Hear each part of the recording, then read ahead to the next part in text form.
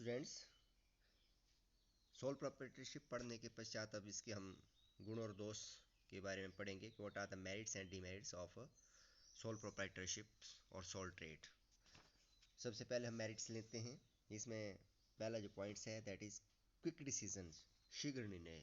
आपको पता है कि सोल प्रोप्राइटरशिप में जो बिजनेसमैन होते हैं वो अकेला होता है, व्यापारी अकेला होता है, उसे किसी प्रकार की कोई सलाह या मशवरा लेने की आवश्यकता नहीं है। ठीक है, कोई भी डिसीजन लेना चाहता है वो बिना किसी से कंसल्ट किए क्विकली ले सकता है और उसका लाभ उठा सकता है। दूसरा है बेनिफिट ऑफ सीक्रेसी। मैंने बताया कि एकल व्यवसाय में जो विशेषता थी इसकी कि गोपनीयता होती है। ठीक है, बहुत सारे ऐसे डिसीजन हो सकते हैं जिसको वह रहस्य बनाकर दूसरों से छुपाना चाहता हो, कंपटीटर से छुपाना चाहता हो, कोई डिसीजन लेना चाहता हो तो वो उस गोपनीयता का लाभ उठा सकता है।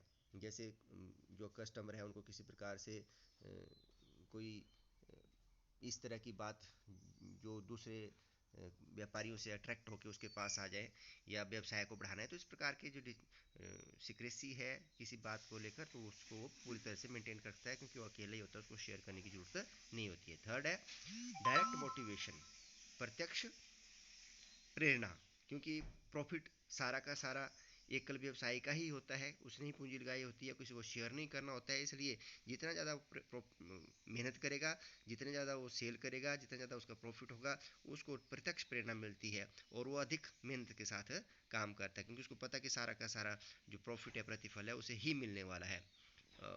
फोर्थ पॉइंट है पर्सनल कंट्रोल। जो चौथा लाभ है वो व्यक्तिगत नियंत्रण, क्योंकि वो अकेला ही स्वामी होता है व्यवसाय में, पूरे के पूरे सारे के सारे डिसीजन उसी को लेने होते हैं। कर्मचारी रखेगा तो उसके नियंत्रण में वो काम करते हैं, तो किसी भी प्रकार का कोई भी निर्णय लेना है, कोई भी बात करनी है कर्मचारियों के ऊपर या व्यवसाय के ऊपर, वो पूरी तरह से जो भी उसका टाइम और उसकी कॉस्ट है उसके ऊपर पूरी तरह से कंट्रोल कर सकता है, तो पूरी तरह से उसका पर्सनल कंट्रोल होता है। ठीक है, इसके साथ ही जो लास्ट पॉइंट है दैट इज इजी फॉर्मेशन। एकाकी व्यवसाय के बारे में बताया था। ठीक है, मैंने बताया कि इस प्रकार के व्यवसाय को स्थापित करने के लिए किसी प्रकार की कोई वैधानिक औपचारिकताओं को पूरा नहीं करना पड़ता है, नॉन लीगल फॉर्मेलिटीज़। ठीक है, और उसको आसानी से बिना पंजीकरण के शुरू किया जा सकता है। कुछ एक व्यवसाय हो सकते हैं जिसमें लाइसेंस लेना पड़ जा सकता है, जैसे कोई मेडिसिन की दवाइयों की दुकान खोलना चाहता है, तो इस प्रकार से। लेकिन मैक्सिमम जो बिजनेस होते हैं उनमें किसी प्रकार के लीगल फॉर्मेलिटी की आवश्यकता नहीं होती है। These were the advantages of sole proprietorship. अब आता है व्हाट आर इट्स लिमिटेशंस, इसकी जो सीमाएं हैं, ठीक है, उनके बारे में पढ़ेंगे। जो पहली जो लिमिटेशन है, नंबर एक, लिमिटेड सोर्स ऑफ कैपिटल। आपको पता अकेला व्यापारी है, उसके सीमित साधन होते हैं। अगर व्यवसाय बड़े आकार या बड़े रूप में किया जाना हो तो फिर पूंजी की जो कमी है वो आती है। ठीक है, अगर वो ऋण भी लेता है तो उसकी भी एक सीमा होती है। तो कहने का मतलब व्यवसाय का अगर विस्तार करना है, बढ़ाना है, तो उस दशा में पूंजी की कमी रहती है, अर्थात पूंजी के सीमित साधन हो जाते हैं। तो ये पहली इसका दोष था। दूसरा, अस्थाई अस्तित्व, अनस्टेबल एक्सिस्टेंस।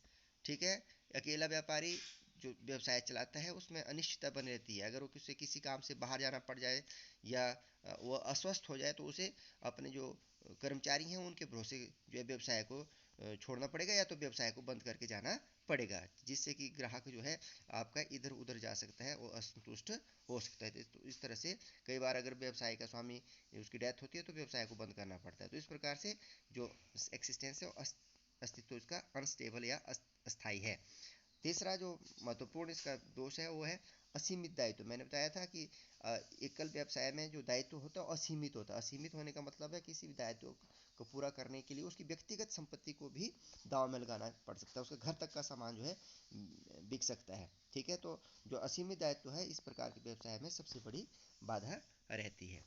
ठीक है, हाँ, इसके बाद अनस्टेबल मैनेजमेंट, असंतुलित प्रबंध। कहने का मतलब है कि अकेला व्यापारी होता है और बहुत सारी क्रियाएं व्यवसाय में करनी होती हैं, जिसमें कि आपका क्रय है, विक्रय है, उत्पादन है, विपणन है, वित्त आदि अनेक प्रकार के सारे कार्य खुद ही करने पड़ते हैं, स्वयं ही करने पड़ते हैं।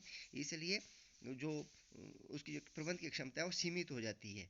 अगर वो चाहे भी तो किसी प्रबंधक को नियुक्त करना चाहता है तो छोटा आकार होने की वजह से वह हाई पेड जो प्रबंधक है उनकी नियुक्ति नहीं कर पाता है और उनकी सेवाओं से वो वंचित रह सकता है। तो these were some limitations of sole traded. फिर भी अगर एकाकी व्यवसाय को जो छोटे आकार के व्यवसाय के लिए देखा जाए तो अभी भी उसका एक महत्वपूर्ण व्यवसाय के रूप में, उसकी इकाई के रूप में उसको आंका जाता है, बाधाओं के होने के बावजूद भी। तो दिस वर लिमिटेशंस। तो इसके साथ ही जो एकल सोल ट्राइडर बिजनेस था वो कंप्लीट होता है। इसके नेक्स्ट हम पार्टनरशिप के बारे में पढ़ेंगे।